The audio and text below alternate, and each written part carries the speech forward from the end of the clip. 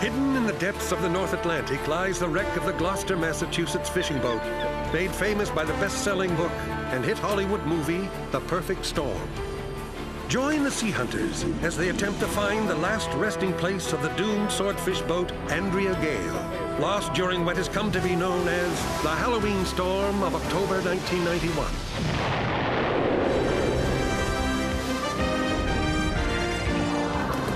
With over 100 million books in print, Clive Cussler is the Grand Master of shipwreck tales and adventure. Director of the Vancouver Maritime Museum, James Delgado is one of the world's foremost marine archaeologists. With over 20 years wreck diving experience, Mike Fletcher is an internationally renowned professional diver. Leading the Econova dive team, John Davis has coordinated shipwreck searches around the globe. Together, they explore the planet's last frontier in search of true adventures with famous shipwrecks. They are the Sea Hunters.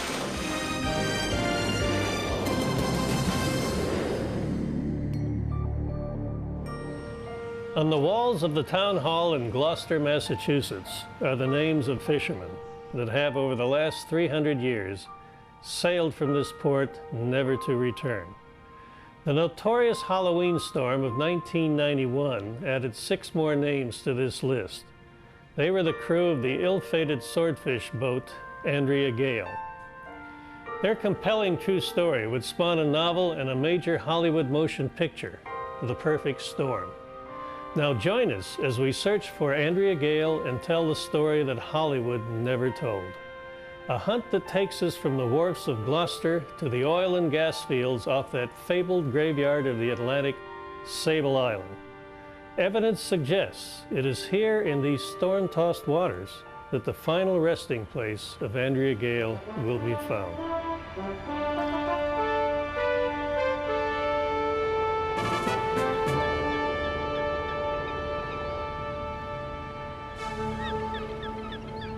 During the closing days of October 1991, as fishing boats set out for their late-season runs to the Grand Banks, meteorologists were watching the skies with growing concern. Hurricane Grace was charging north from the Caribbean and threatening the U.S. East Coast. It looked as if New England was in for some rough weather. Off Newfoundland, hundreds of kilometers from their home ports in Massachusetts, longliners were plying the waters of the Grand Banks hunting for swordfish. As always, their captains kept an eye on the unpredictable fall weather. Longlining is brutally hard, dangerous work at the best of times. The storms of October and November only compound that risk. At sea for as long as 30 days at a stretch, a longliner crew live, eat, and work side by side, day and night, in all kinds of weather. During their weeks at sea, they may pull in as much as 23,000 kilograms of swordfish, worth almost $250,000 on the open market. The hunt for and the capture of these giant fish is one of the last remaining bare-knuckle battles of man versus nature. The longliner Andrea Gail had already been out for a month and was preparing to head home to Gloucester, her holds filled with 18,000 kilograms of fish. Her captain was Billy Tyne, who at 34 was a veteran of over a decade at sea. But nothing in his experience prepared him for the coming events. The 22-meter-long Andrea Gail sailed directly into the depths of a meteorological hell. Billy Tyne, his 5 crewmen, and the Andrea Gail herself disappeared, swallowed whole by a storm with the ferocity beyond belief.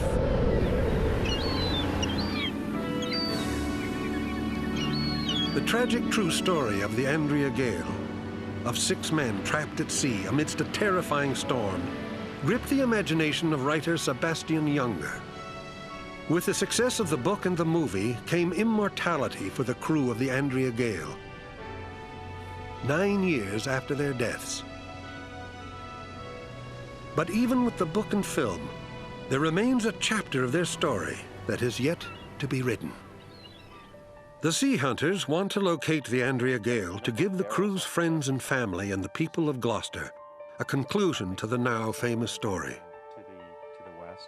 The focus of the search has been narrowed down to a single side scan target just southwest of Sable Island, approximately 203 kilometers off the coast of Nova Scotia.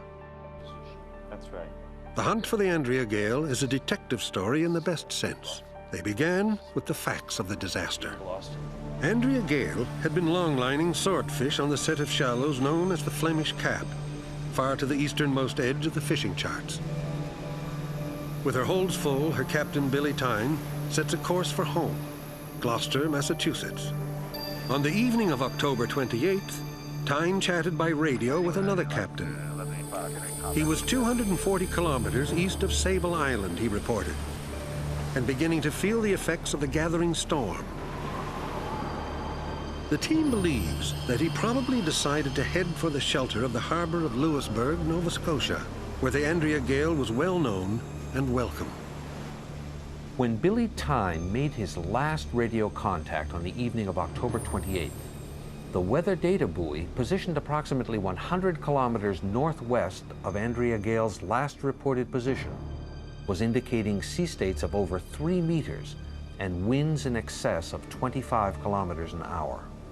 According to the data recorded at that buoy, Andrea Gail wouldn't experience truly threatening conditions for another 12 to 14 hours.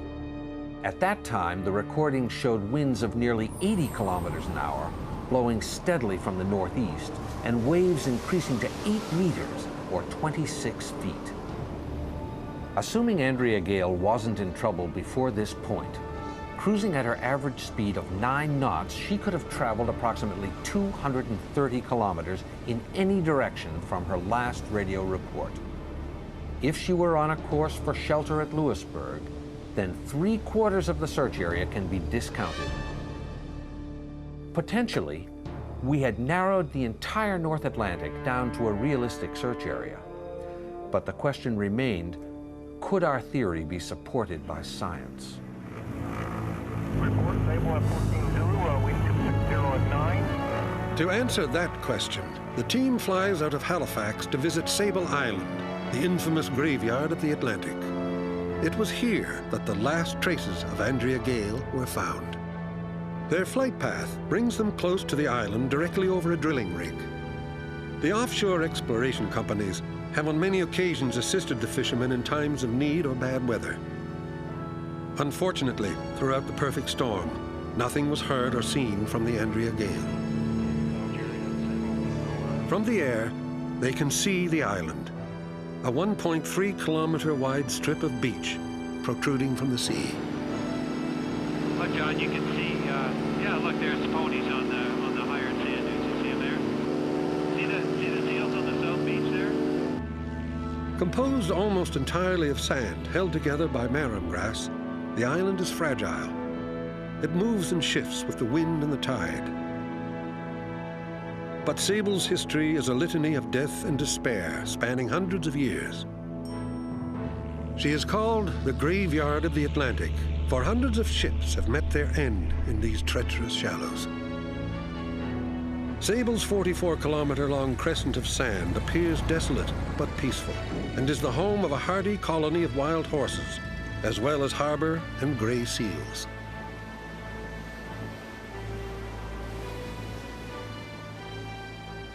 For our purposes, going to Sable Island was an opportunity to look right at the only spot where tangible pieces of Andrea Gail came ashore.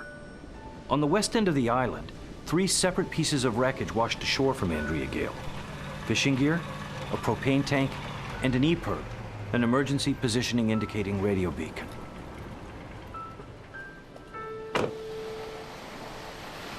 An EPIRB not unlike this washed up on this very lonely beach 10 years ago here on Sable Island.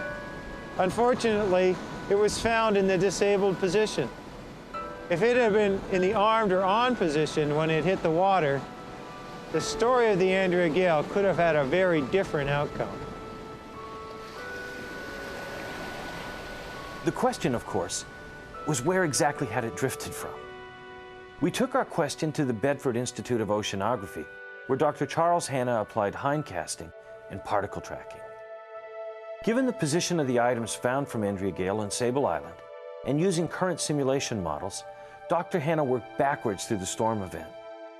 He concluded that there was a strong possibility those items had entered the ocean northeast of Sable, on the east side, on what's known as the Sable Gully. We now had scientific evidence to support our original search area. Searching the bottom of this large area would be hugely time-intensive, and searching with side-scan technology would be like hunting for a needle in a haystack. The seas surrounding Sable Island are littered with wrecks. The team needs to focus the search and weed out the wrecks which predate the Andrea Gail sinking. The team will use critical data in the form of a U.S. Navy anti-submarine warfare chart.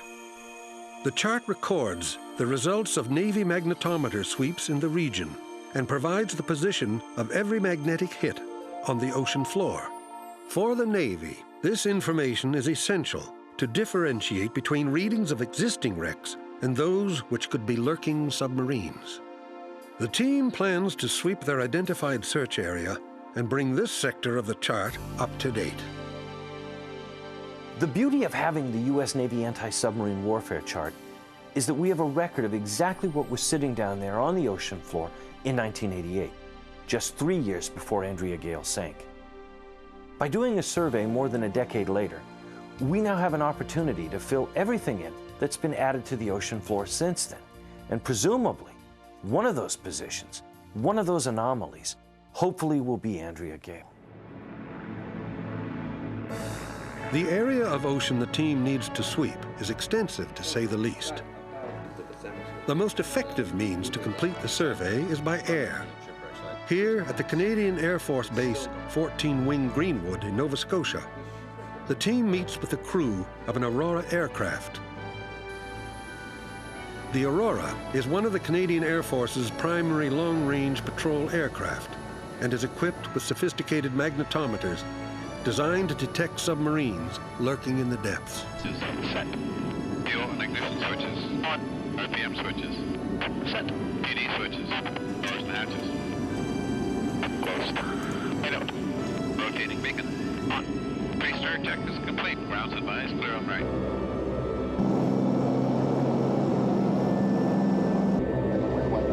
Wind 24012, temperature entering 6. Auroras also have search and rescue capability, responding to distress signals and employing their technology to locate vessels in trouble. These aircrafts are equipped with SCADs, Survival Kit Airdroppables.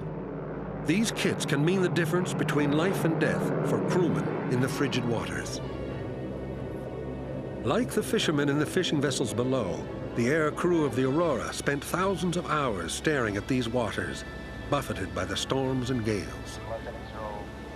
The Sea Hunters team watches as a well-trained crew puts the aircraft through its sweep pattern.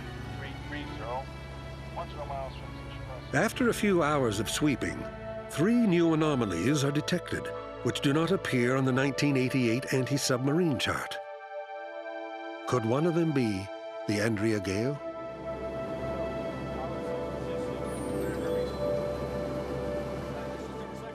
When you're up in an airplane, when you're doing a survey using a magnetometer, it's very tempting as you look at every target that comes in to say, yeah, this might be it. The key thing to remember is that the equipment can only go so far. A skilled operator can get some sense of what he's looking at, and in the case of this survey, we'd added 3 new targets, 3 things that hadn't been there in 1988. 2 of them looked like geology or geological features that were exerting their own magnetic influence. That was pretty clear to the operator. But 1 looked like it might be a shipwreck. What we now have to do is to get a geologist to look at them to make sure they're not natural features. And if they're not, if they're a shipwreck, then the time's come to ground truth and actually send somebody down into the water or send down a robot. This search is not the first time an Aurora has hunted for Andrea Gail. The Aurora aircraft were part of the massive search for the longliner after she was reported missing. Her disappearance was just one of many emergency calls received by Canadian search and rescue centers as the Halloween storm carved its path of destruction. While tracking the progress of Hurricane Grace, meteorologists became aware of a new and disturbing development. Interacting with high pressure that's working in over The North Atlantic, even with a regular storm, can be unforgiving. But on the occasion of this storm, there were a few things that came together. You had a very warm, rain-laden tropical hurricane pushing up from the south. You also had a cold front and another storm pushing down from the north.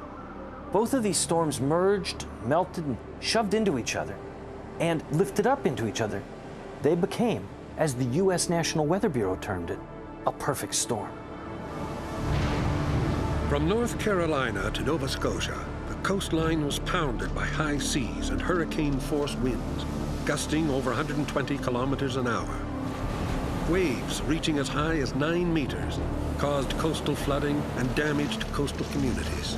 Hundreds of homes were knocked off their foundations. Others simply disappeared, clawed into the sea by the raging surf. Federal disaster areas were declared in Massachusetts, Maine, and New Hampshire. Estimates of the damage ran into hundreds of millions of dollars. But as powerful as the storm was along the coast, at sea, on the waters off Sable Island, it was a nightmare. Captain Billy Tyne, aboard the Andrea Gail, was in the wrong place at the wrong time. If our reconstruction of the events and the location of Andrea Gail's correct, then Billy Tyne certainly was at the worst possible location. As the storms collided and formed over Andrea Gail, Billy Tyne didn't have a chance.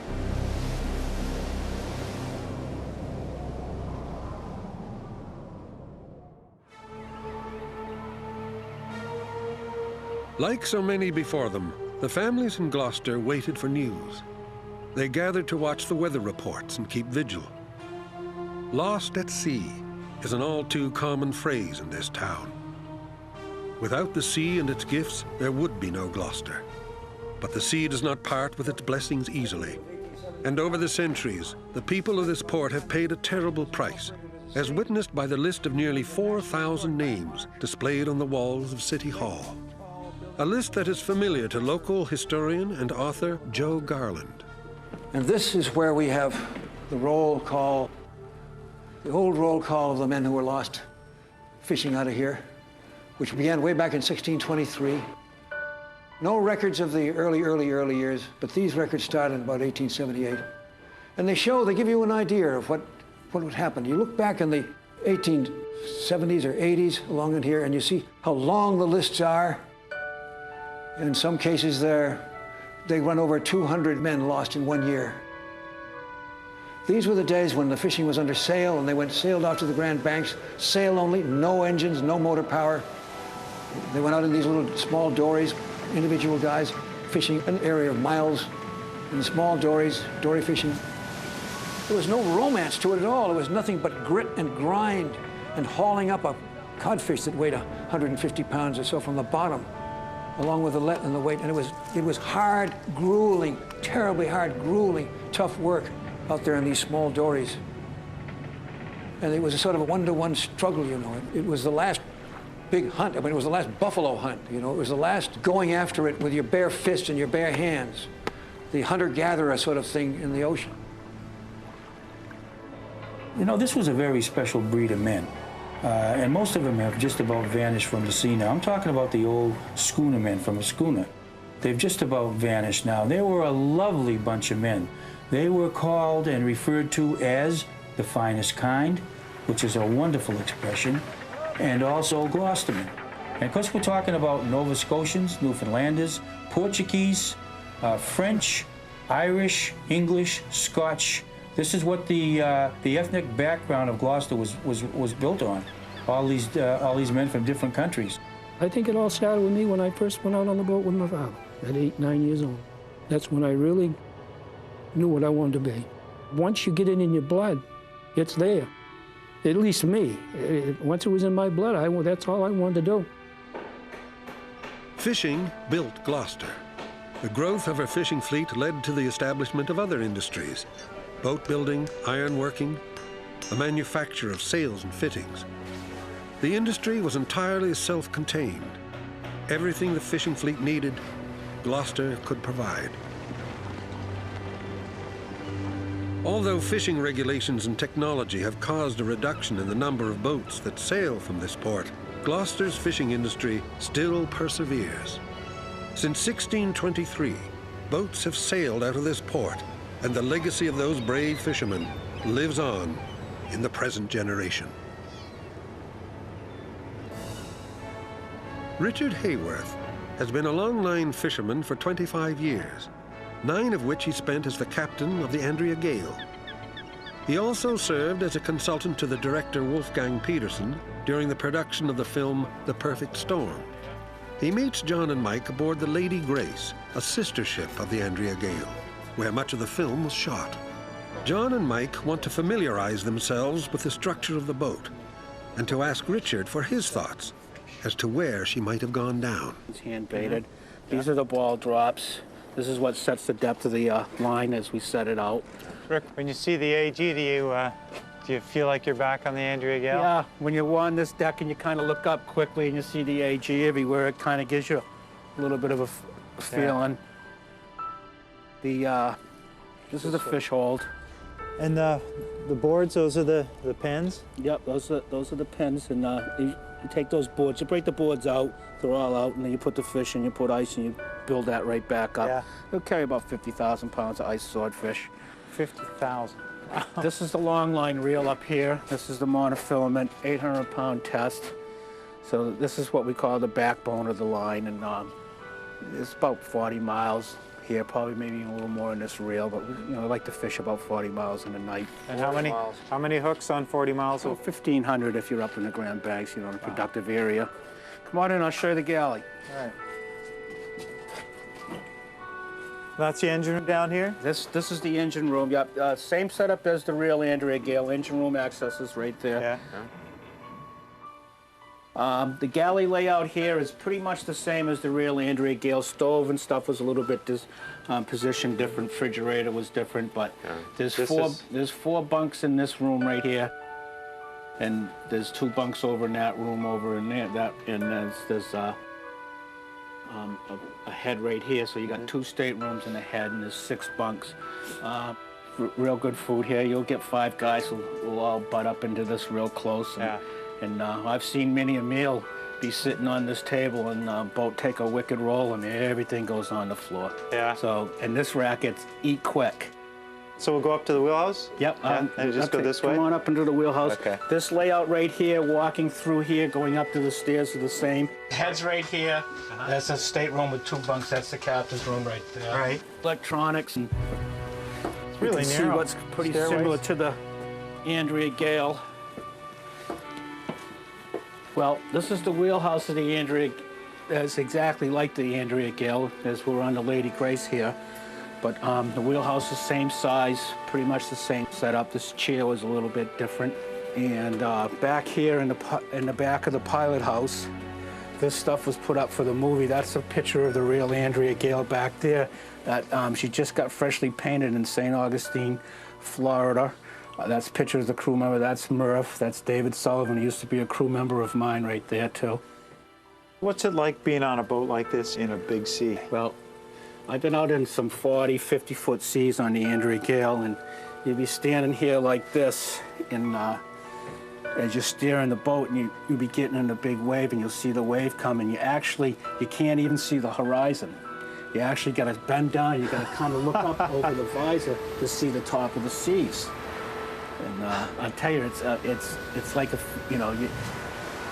it's amazing looking, but it's actually, and anybody who says that they've never been scared on a boat, that they're not telling you the truth. You see that coming, it's just it's scary. It's a scary feeling, Yeah. If we have a good target, and we do here, and I can explain why I think the Andrea Gail might be there. I'd much rather hear it from somebody who's worked out there, fishes it. If that can be the Andrea Gail, how would you suggest it got there? Well, in my mind, I kind of believe either he was still headed in that direction, or he changed his mind and he was heading to the northeast. And then he started going down sea. He could have easily had gotten into trouble somewhere in here, and the boat rolled over, and they had met their fate somewhere in here, and the boat just kind of laid with its hull upside down and could have drifted back down into the sea. Go a long way upside down. Many of the world's most famous shipwrecks have been found by simply listening carefully to the people who know the sea. Many of the fishermen we'd spoken with agreed Andrea Gail met a sudden end, a capsizing which would trap air in an overturned hull, a hull left to drift for some distance before finally going down. Our next logical step was to check with another member of the North Atlantic community, the offshore oil and gas exploration company, Pan-Canadian Energy. Before they drill, they do surveys of the ocean bottom. They need to see what's down there before they position their huge platforms. One of their surveys detected an object, an anomaly that wasn't present in the 1988 anti-submarine chart. The target was approximately the size of Andrea Gail, located southwest of Sable Island in an area where Richard Howarth had suggested Andrea Gail may have sank. This new position from Pan-Canadian was definitely our most promising target. Like Richard Hayworth, Linda Greenlaw knew Billy Tyne and the Andrea Gail well. Greenlaw is an author and a successful long-line skipper herself, portrayed in the film by actress Mary Elizabeth Mastrantonio. Greenlaw played a role in the actual chain of events, which was not told in the film. She and her crew were the last to see the Andrea Gail crew alive. The last trip the Andrea Gail made, I did transfer them fuel. They were out for a long time. It was an extremely long trip for them. They had poor fishing in the beginning of the trip. They had problems with an ice machine later in the trip. When I arrived at the fishing grounds, they really were due to be going in, time-wise. They didn't have enough fish. So I transferred them fuel and gave them bait so they could stay longer. He ended up going further east, and I got on some fish, finished up his trip, and was on his way home. He'd been steaming home for 3 days when the storm formed on top of him. It was a real freakish thing. I believe that weather occurred on top of that boat, and they had very little warning about, I mean, it certainly wasn't predicted. Whether they could have done things differently, I guess we'll never know that. Right. So. Here's another thought. With the northeast wind, and it was blowing hard this way, is it possible that he, and again, you heard that the men west of you were almost desperate. Is it possible that he might have thought he could have gotten some lee, some protection from Sable? He's probably been by Sable Island. Yeah. They would offer some lee, but I mean, it's so dangerously, it's a terrible place to be. Yeah. You wouldn't want to be close to Sable Island if you knew the weather was going to be severe. You'd want to be away from Sable Island, knowing that you don't really have that much control over these boats in really bad weather. They don't turn on a dime. They're underpowered big time because of the fuel economy thing. We make long trips. We travel great distances. You can't just like throw the throttle on and spin these things around on a dime. Doesn't work that way. These are slow, underpowered, economical boats. Mike presents Linda with the side scan images of the new survey. This represents the target that's been found. We have an exact lat long GPS position. It's this white portion would be the shadow. In other words, just as my hands are casting a shadow, sound, when it's projected out, will cast a shadow. So this white section would be the shadow of the object that's on the seabed.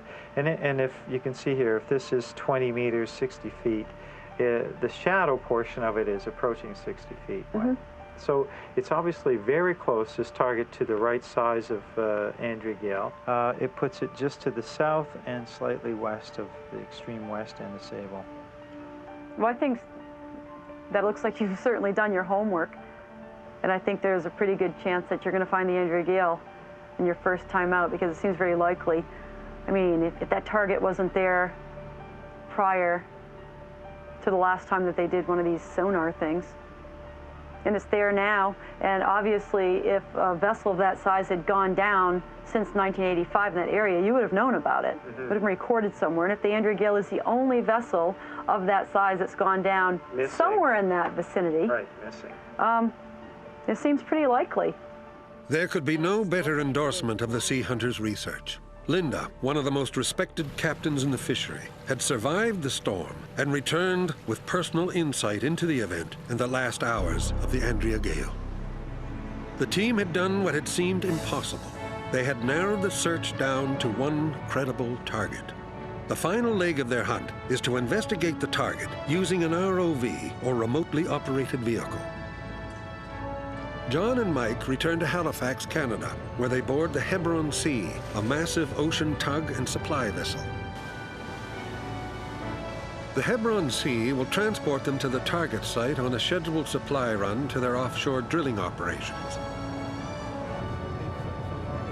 At dusk, they set sail under the lights of the port of Halifax, en route to the Rowan Gorilla 5, a drilling rig exploring for natural gas southwest of Sable Island.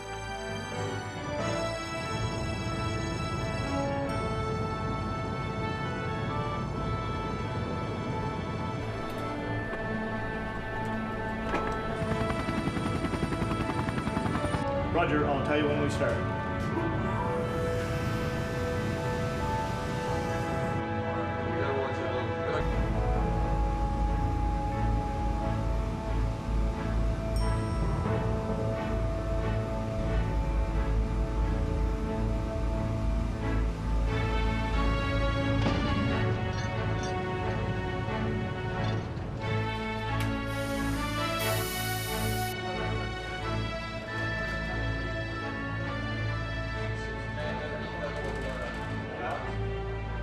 After a full day of offloading, the Hebron Sea breaks away from her regular duties to join in the hunt for the Andrea Gail.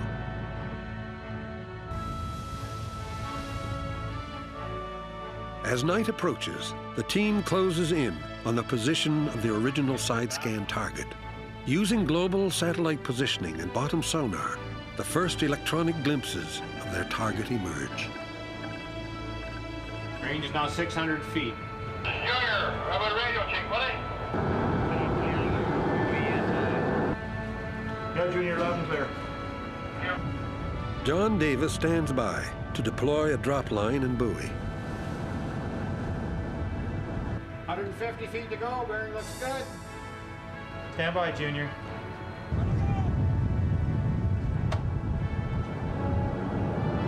He's all ready to go.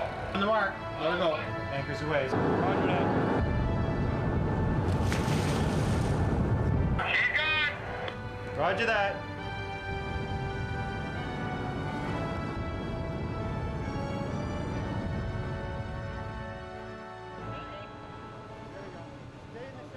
At first light, Larry Dooling, from Dominion Diving, this dive's ROV operator, goes through his regular checks of the robot's thrusters and cameras. This very basic machine was specifically chosen as it had to be lightweight and extremely portable.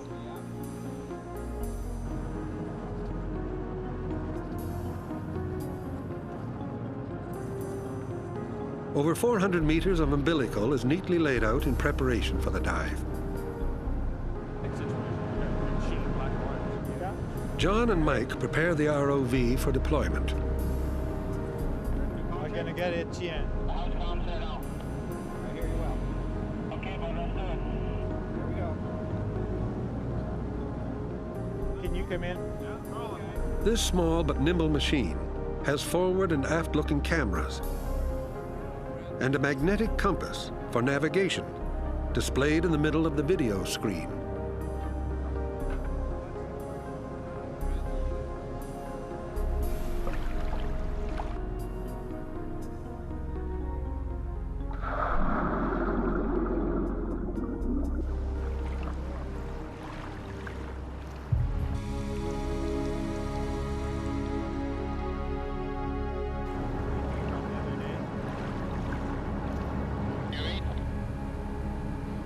Four thrusters power the ROV forward. Larry makes his way to the drop line and positions the ROV, or remote operating vehicle, to within view of the downline, while the team continually lets out the tether.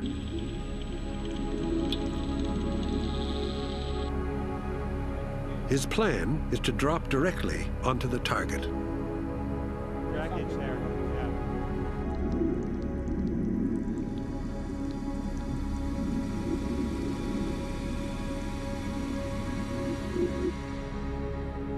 After descending 90 meters, the ROV lands instead on a flat, featureless sandy bottom.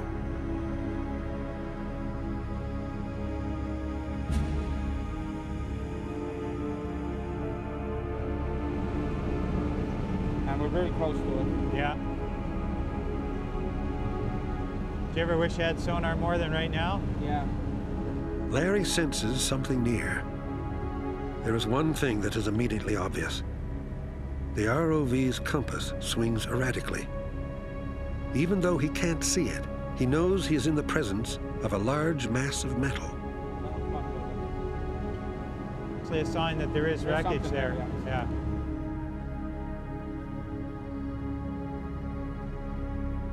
Closing in, the camera reveals mounds of shells and crabs, an indication that they're close to something standing proud on the bottom. Then, without warning, the ROV comes to a stop. The machine's umbilical is hung up on something. The source of the problem is soon evident.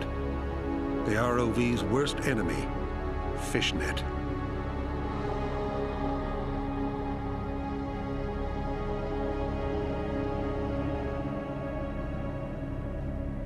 Dive station to bridge. We definitely have a target in our view. That's the umbilical. Yeah, but behind it. There's... No, maybe not. Larry struggles to maneuver the ROV free from the fishnet. Straight out, thank you. It's not too bad. Problem is we're in and amongst a lot of trawl net. So whatever the target is, it's got net caught on it or there was net on it. So it might mean it's a sunken fishing vessel that was carrying net, or the net snagged on it since this target has been on the bottom. But at any rate, we do have structure and we do have a large caught end. Towards the stern. Straight out from the starboard beam. Straight out, thank you. Straight away. So it sounds like it's right in line with the buoy. Up to 80 knots. 80 knots, is that correct? The forecast just went up to 80 knots. While the crew has been blessed with a window of near-perfect weather, things are forecast to change abruptly. The frustration of being ensnared on the bottom with weather threatening has everyone on edge. More umbilical out? Yeah. Okay.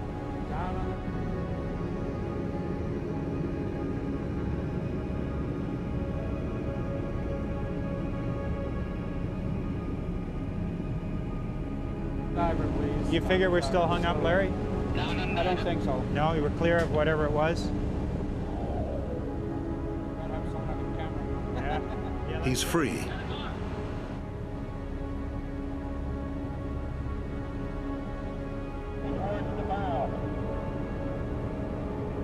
Thank you. Over the next 20 minutes, the team struggles to see through the shifting sands and fishnet for a glimpse of something discernible. Some feature that might identify this wreck as the Andrea Gail.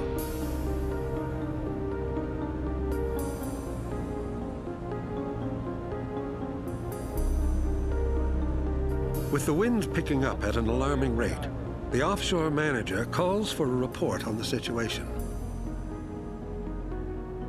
So we don't know if it's a fishing vessel that sank and the net was on it before, or is it possibly there was an obstruction and a net caught on it. Either way, we've got some sort of a target on bottom with net. And unfortunately, it's the net that got in the way and snarled us up. And we spent a lot of the dive just trying to get untangled. Right. The offshore manager feels that a decision must be made. No, I think we got to pull it, guys. Okay. Yeah, we're going to pull the pin in. All right. Well, we appreciate what time we did get. Yeah. Frustrating, but that's the way it goes. Half, I guess, on bottom there. Yeah, I'd say we did. Yeah. All right. Okay, guys. Okay. Well, thanks for everything.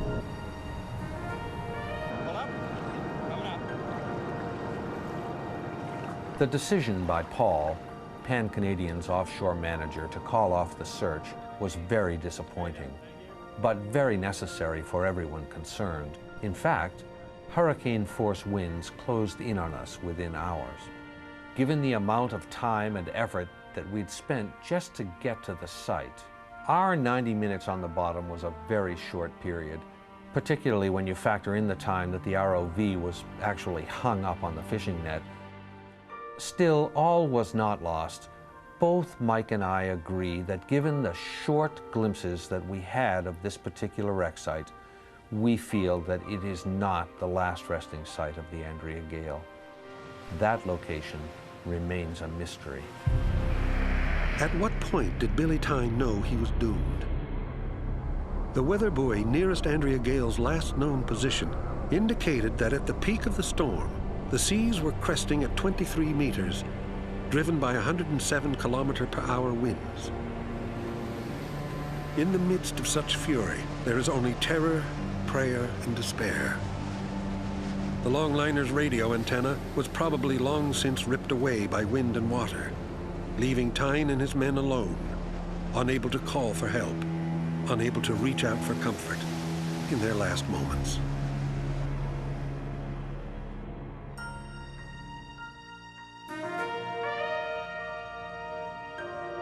For the sea hunters, the outcome of the search is taken in stride. It is the lot of those who search for shipwrecks to often be disappointed. The vagaries of wind, current, and time can humble even the most painstaking analysis and diligent searching. The team knows that the sea parts with her secrets in her own time.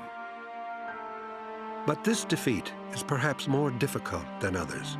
For unlike so many of the vessels the team has hunted in the past, the loss of the Andrea Gail is still keenly felt. They knew the risks, these Gloucestermen.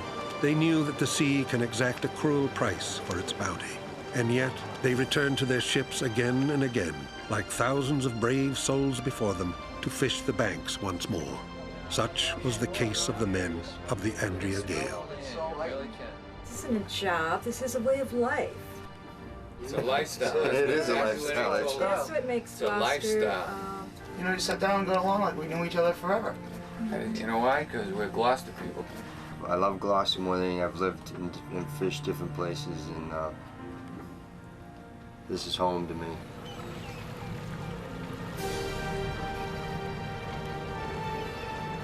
And it's one of the things that makes this community sort of has an extra special quality to it. You know, sort of us. You know, us. It's us. We are unique. You know, we're doing something that follows on after generations and generations and generations, and we do it. And we do it because we have to. We do it because we're not sure whether we want to or not. And it's hard as hell to get up at 3 o'clock in the morning and go fishing.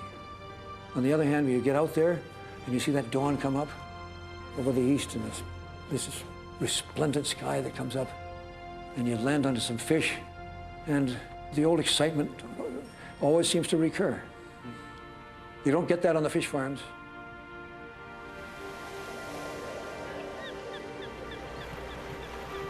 Everything changes. The method of fishing changes. The evolution of the schooner and the fishing boats, the draggers, the eastern rig draggers, the stern trawlers, everything changes except one thing, and that's the danger of the sea.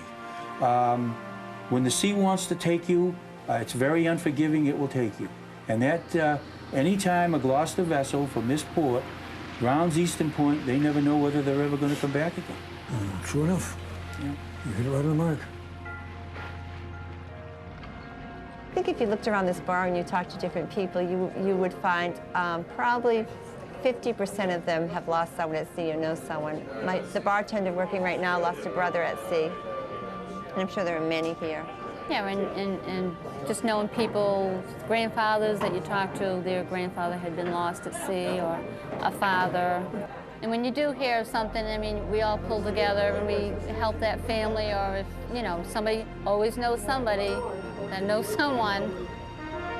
Advances in the science of navigation, weather analysis, and new technology have made these voyages much less dangerous, and yet, tragically, new names are added to this list every few years.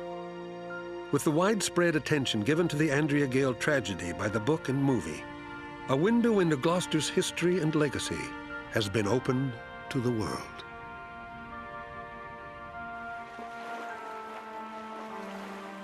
It could have been any port. It could have been a story from the Bering Sea, but it's not. It's from our hometown, man. Yeah. These are people that were close to us. This is a boat that we worked on. A lot of people that read the book, you know, have said to me, geez, I didn't really realize what you guys went through out there. Yeah. You know, and these people that... Of course they don't. They don't have a clue. They don't even know. They still don't, but, you know, they have some idea that... In the sense of what you were just talking about, the book that Sebastian Junger wrote and the movie that Warner Brothers presented to the public, in a sense, they're really a gift back to Gloucester when you think about it, because they did share our story. They did give us some recognition. They did give some insight into what it's all about, even if they didn't get all the details right. But it's a gift. Yeah, it is. I liked it all. I liked the movie. I liked the book. The book was well written. The book was great. I'd love to have my brother and my friends back, but that's nothing that I can do anything about. I can't change that part of the story, no matter what. I'm a firm believer in keeping history going and storytelling, and it's an important part of Gloucester. And we've all been through the same things, and that really makes it bond. The cenotaph helped too. The putting the cenotaph up at the boulevard, that was a nice ceremony they did, and just to go and just read the names and see who you know, and because where do you go when you've lost someone at sea? It kind of changes the meaning of the ocean for you. Every time I walk down the boulevard and I look at the ocean, it really takes on a new meaning to me. Oh, it certainly does. It's a big ocean out there. And it's an ocean that, despite all the best of our technology and all of the searching that we do, holds and keeps all sorts of secrets. The tragedy of Andrea Gail is representative of other fishing vessels and of other fishermen. We didn't find the ship, but what we did do by looking for it is we looked through a window into the life of the North Atlantic sword fishermen. Indeed, a number of fishermen have for generations fought the ocean for a living. In many cases, they pay a price, an ultimate sacrifice, and the names on the walls back there in Gloucester reflect that sacrifice. Not only in terms of ships, but in terms of men, individuals, fathers, brothers, sons, husbands, all of them claimed by the sea. At the end of the day, these aren't just stories about ships. These are stories about people.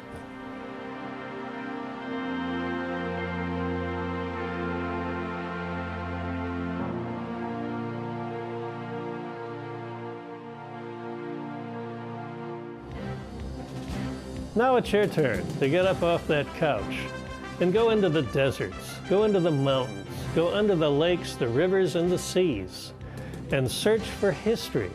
You'll never have a more rewarding adventure.